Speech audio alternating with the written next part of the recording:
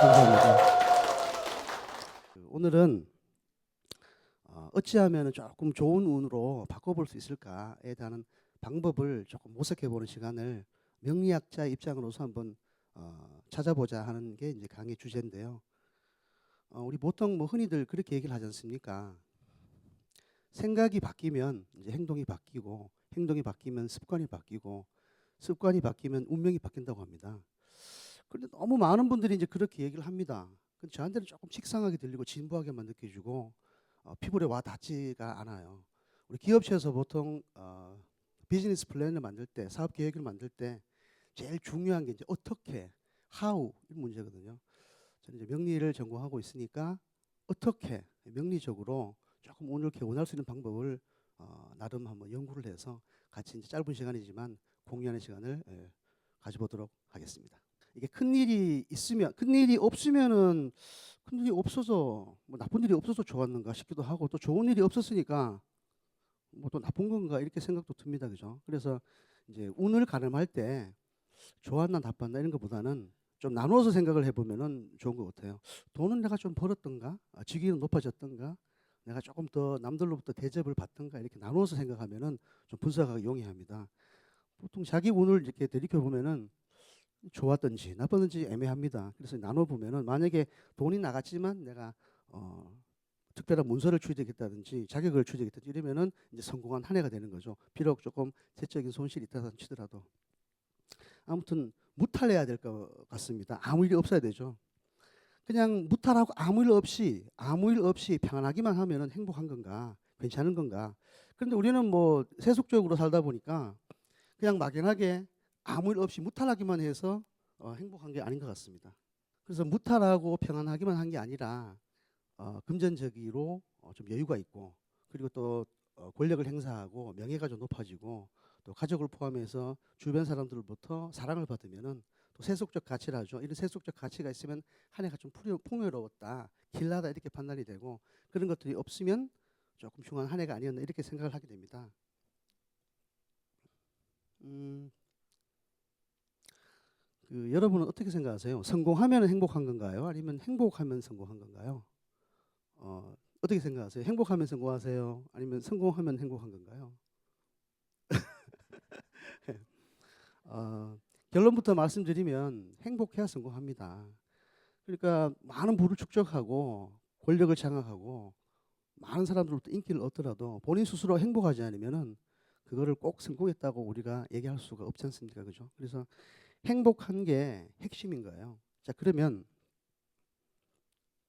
음, 그 행복을 우리가 서경에 있는 홍본편에 보면은 5가지 복으로 이렇게 했어요.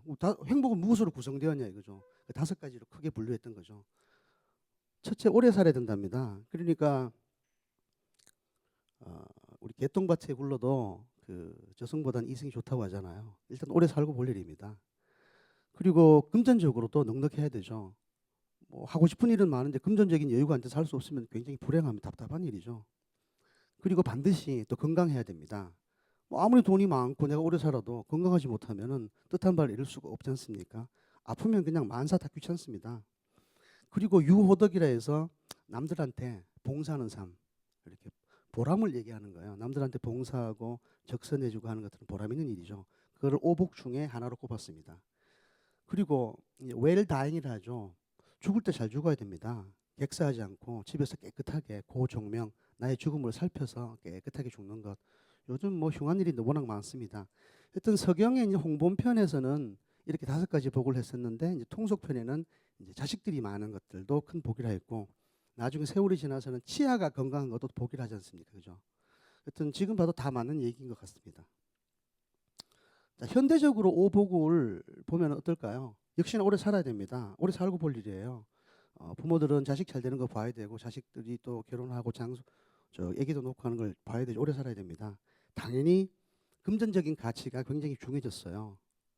그리고 또한 건강해야 됩니다. 이거 3가지는 변함이 없는 얘기예요. 자, 그런데 배우자 덕이 굉장히 중요합니다. 남편 복이 있어야 되고 그 아내 복이 있어야 됩니다. 그래서 우리가 가화만사성이라 하지 않습니까? 가정이 불안하면은 밖에 나가서 일을 잘 못합니다. 남자분들이 이제 보통 한 중년에 40대 50대 중년에 들게 되면은 그 집에 이제 와이프의 눈치를 많이 봅니다. 저도 엄청나게 이제 보고 있거든요. 보통 이제 뭐 얘기를 하잖아요. 남편들이 노후에 꼭 필요한 것들 이러면은 남편들은 보통 이제 아내, 집사람, 와이프, 애 엄마 뭐 이렇게 얘기를 하는데 여자분들 좀 달라요. 뭐가 필요하냐면 돈이 있어야 된다, 건강해야 된다, 취미가 있어야 된다, 친구가 있어야 된다. 다 다른데 남자들은 뭐 오로지 그러니까 눈치를 볼 수밖에 없어요. 그 현실입니다. 그래서 처덕이 있어야 되고 배우자 남편 덕이 있어야 되죠. 그리고 이제 안정된 직장이 있어야겠죠. 그게 꼭 직장이 아니어도 하는 일. 요즘은 뭐 프리랜서가 점점 좀 많아지는 그런 세상이 되었어요. 하는 일이 있어야 되고 그것이 취미가 직업으로 연결되면 가장 좋습니다. 오래 할 수 있고 내가 즐거워하는 일. 내가 하기 싫은 일을 억지로 하면서 이게 돈을 번다는 건 참 고통스러운 일이거든요. 그런데 뭐 요즘 직장도 자기가 꼭 하고 싶어서 하는 사람들이 그렇게 많지 않아요. 남자 같은 경우에 군대 갔다 와서 30쯤 돼서 직장을 생활하는데 뭐 수명이 짧지 않습니까? 하여튼 현대적인 의미에서 보곤 이렇게 한번 5가지로 제가 정리를 한번 해봤습니다. 자, 그런데 현실은 어떻습니까? 우리가 자본주의 사회로 심화되면서 가난한 사람과 부자 격차는 점점 더 커집니다. 빈익빈 부익부 현상이 굉장히 커져요. 제가 다니던 직장의 본사가 이제 미국 시애틀에 있었습니다. 지금도 시애틀에 있죠. 그런데 제가 이제 출장을 한번 갔어요. 처음에 2006년도에 한번 갔더니 깜짝 놀랐습니다. 무슨 시애틀에 거지가 그렇게 많아요. 그러니까 길거리에 거지가 막 차고 넘칩니다. 영어는 잘해요. 거지들이 영어는 잘하는데 우리는 거지들이 군집 생활을 합니다. 미국인은 막 돌아다니면서 빌딩에도 막 들어오고 그러니까 그렇게 잘 산다는 미국이 어찌하여 저렇게 거지가 많은가 놀랐어요. 그리고 4, 5정 5, 6조 이런 얘기 들어봤습니까? 40대, 50대 정년을 맞이하게 되고 또 50대, 60대에 직장을 일하게 되면은 도둑놈이라고 합니다. 이게 무서운 세상이에요. 저 아버지 세대만 하더라도 60세, 65세가 정년이었었는데 그 정년이 굉장히 빠른 속도로 낮아지고 있죠. 지금 40대, 50대가 아니라 45세가 되면 일부 이제 대체적으로 대기업에서 조금 시그널을 보냅니다. 조금 배려해 주십시오. 이렇게 나옵니다. 그리고 그럼에도 불구하고 직장 수명은 짧은데 100세까지 사는 세상이 됐어요. 두려운 세상입니다. 할머니 할아버지와 엄마 아버지 그리고 손자 본인까지 3대가 동시에 살아가야 되는데 뭐 저희 집도 마찬가지입니다. 제가 50이 아직 채 안 됐는데 그럼에도 불구하고 외할머니 계시고 엄마 있고 저 있고 3대가 손자가 정년퇴직을 지금 명예퇴직을 하고 나왔는데 할머니 살아 계시고 무서운 세상이 됐습니다. 대체적으로 생계는 본인이 부담하게 되잖아요. 무섭습니다. 3대가 늙어갑니다. 그리고 이제 배우자 덕이 있어야 된다고 했었는데 요즘 뭐 세 쌍 중에 하나는 이혼을 하게 됩니다. 또 점점점 많아진 게 황혼이혼이 많아지게 되죠. 늙어서 무섭습니다. 여자분들이 열심히 남자는 그냥 일을 하고 있었더니고 막 재산이 없어요. 저도 등기된 재산이 하나도 없습니다. 집사람 이름으로 다 했어요. 그래 어느 날 갑자기 그동안 고생했다 하고 내치면 저는 정말로 골치 아픈 일이 발생하게 됩니다. 황혼이 두렵습니다. 그리고 이제 자식들도 열심히 키웠어요. 키워가지고는 뭐 대학 들어가기도 힘든데 대학을 억지로 또 보냈어. 취업하기도 힘들어요. 그리고 그냥 집에 그냥 있는 거예요. 캥거루족들이 많습니다. 부모는 참 힘든 일입니다. 그리고 이제 강령해야 되는데 건강해야 되는데 요즘 뭐 사고가 너무 많습니다. 우리 OECD 국가에서 보면은 우리가 교통사고 사망률 뭐 각종 안 좋은 사망률로도 굉장히 수위권에 있어요. 병원에 가서 오진 때문에 오진으로 인한 사망률이 교통사고 사망률보다도 더 높다는 거. 5.7배가 더 높고 산재 사고보다도 18.7배가 더 높다고 합니다. 그러니까 의과대학을 나와서 인턴 레지던트 다 거치고 그것도 엄청나게 수천만 원에서부터 수억에 이르는 의료 장비를 동원해서 판단하는 결과 오진이 그렇게 높다는 거야. 하물며 회복시킬 수 있는 확률이 더욱더 떨어지겠죠. 세상이 그렇다면 이게 두려워서 병원에 어찌 가겠습니까? 여하튼 세상은 참 불안하고 힘든 게 맞습니다. 이렇게 세상이 복잡하고 불안하고 하다 보니까 당연스럽게 이제 걱정하고 불안하고 이제 스트레스가 쌓이게 됩니다. 이런 걱정이나 불안, 스트레스가 이제 행복의 가장 큰 걸림돌이죠. 행복이라는 것이 5가지 복, 오복의 구성연자를 봤더니 이제 오래 살아야 되고 제가 언급했듯이 그런데 그런 것들이 현실의 삶과 직접적이지 않다. 그러다 보니까 이렇게 걱정스럽고 불안하고 스트레스가 쌓이게 마련입니다. 스트레스가 쌓이면요, 이제 화가 치솟습니다. 우리가 술을 먹으면 기운이 위로 올라가요. 얼굴이 상기가 되고 머리가 막 아프지 않습니까? 화의 성분은 위로 올라가는 성분을 가지고 있어요. 그리고 한국인의 대표적인 질병이 이제 화병이죠. 화병. 심장이 터질 것 같다고 그 우리 어머님들이 아니라 뭐 요즘 다 학생들까지도 요즘 화병이 있습니다. 뭐 취업이 잘 안 되다 보니까.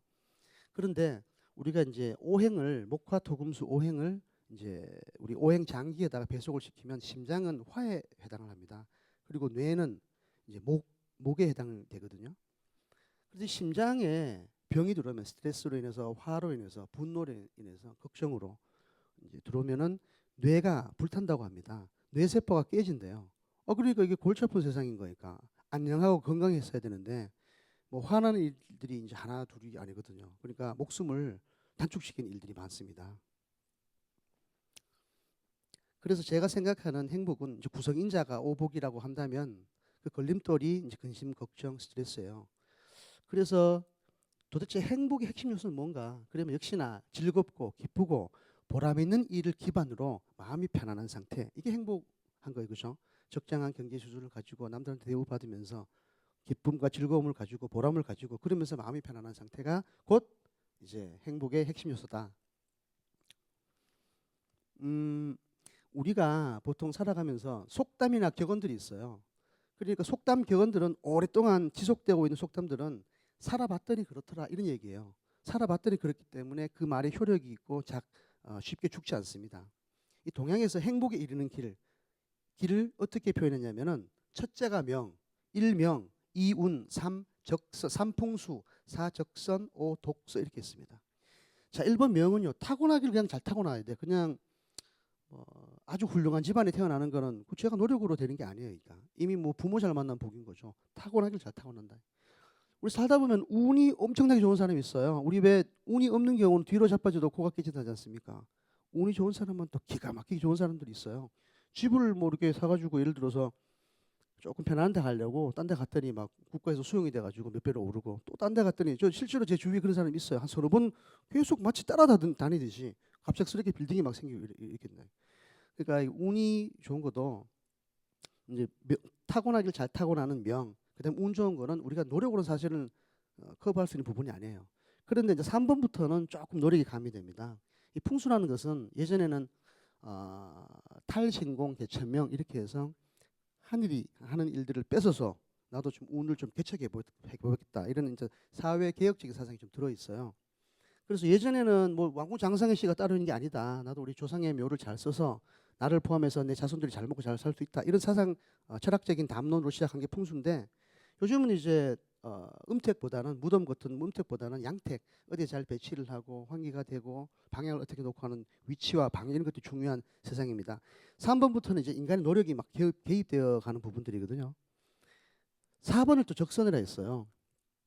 아이러니한 거는 이제 독서인데 독서는 공부하는 거 열심히 공부를 해서 좋은 학교를 가고 좋은 직장을 구하거나 전문가의 길을 가면은 좀 더 성공하고 그러면은 좀 행복하지 않겠는가. 그런데 그거보다도 선을 행하는 것이 훨씬 더 행복에 가까워지는 길이라고 얘기를 합니다.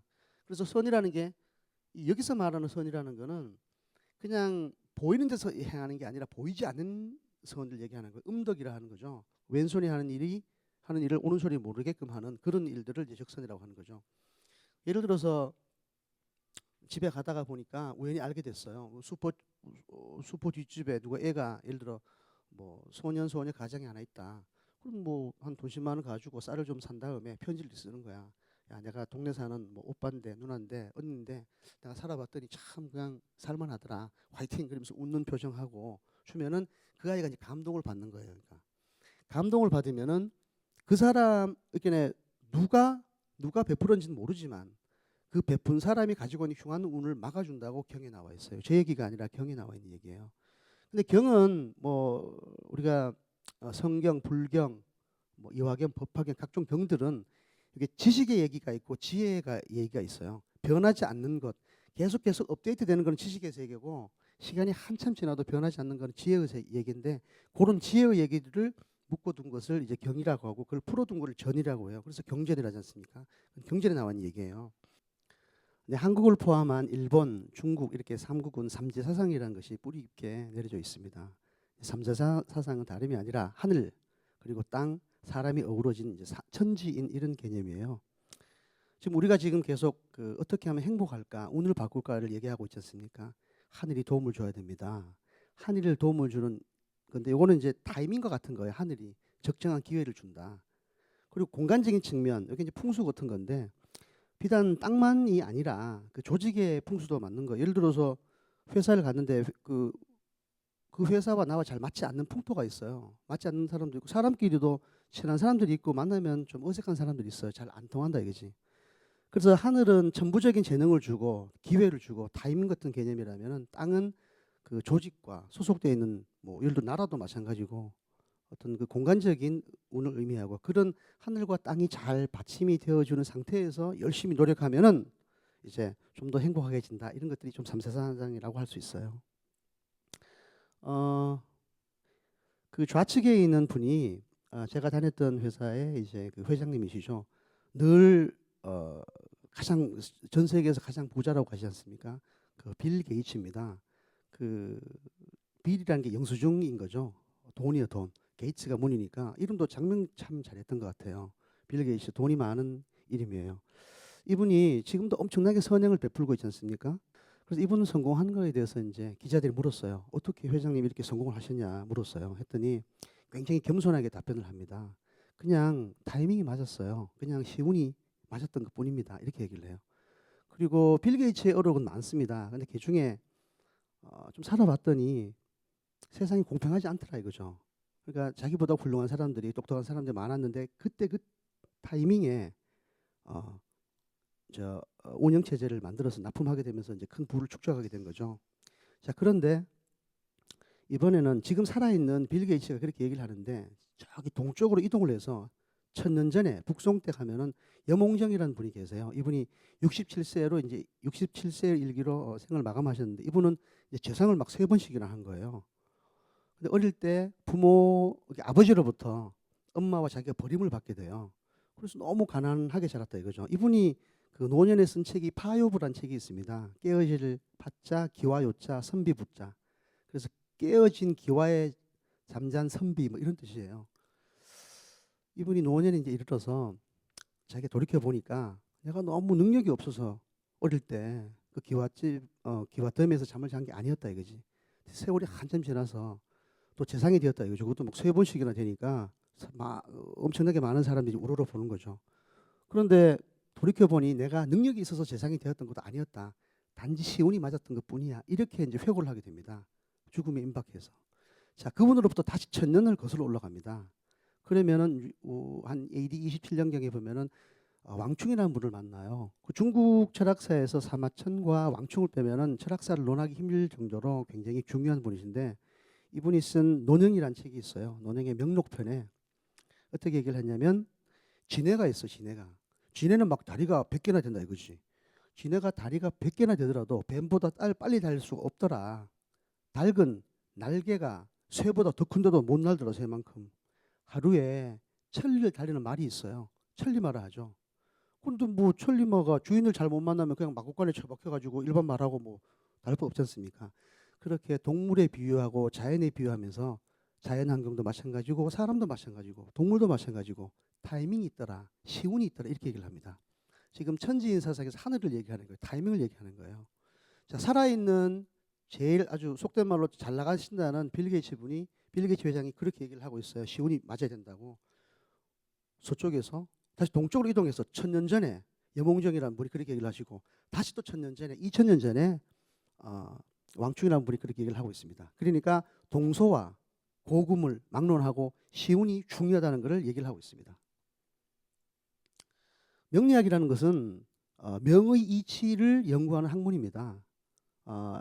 명운학, 운명학, 예지학, 뭐 산명학 또는 산명학, 또 흔히들 우리는 사주팔자라고 합니다. 아침에 이제 새해가 되면은 새해 신수 보고 뭐 토정 비극을 보고 하지 않습니까? 이게 명리학이라고 합니다. 명의 이치를 연구하는 건데 엄밀히 얘기해서 명과 운의 이치를 연구하는 겁니다. 그래서 운이라는 글자를 가만히 보면은요, 군대 군자에 쉬엄쉬엄 갈 착자로 이루어져 있어요. 군대 큰 군대 조직이 마치 움직이는 것 같은 강력한 힘이 있다. 이런 게 암시가 들어 있어요. 그게 운인 거예요. 그런 운을 이제 공부하고 하는 것들이 이제 제가 하는 일인데 팔자술, 사주팔자 이렇게 얘기를 하죠. 사주팔자 보신 적 있습니까? 운 본 적 있습니까? 어떻게 좋게 나왔습니까? 어떻습니까?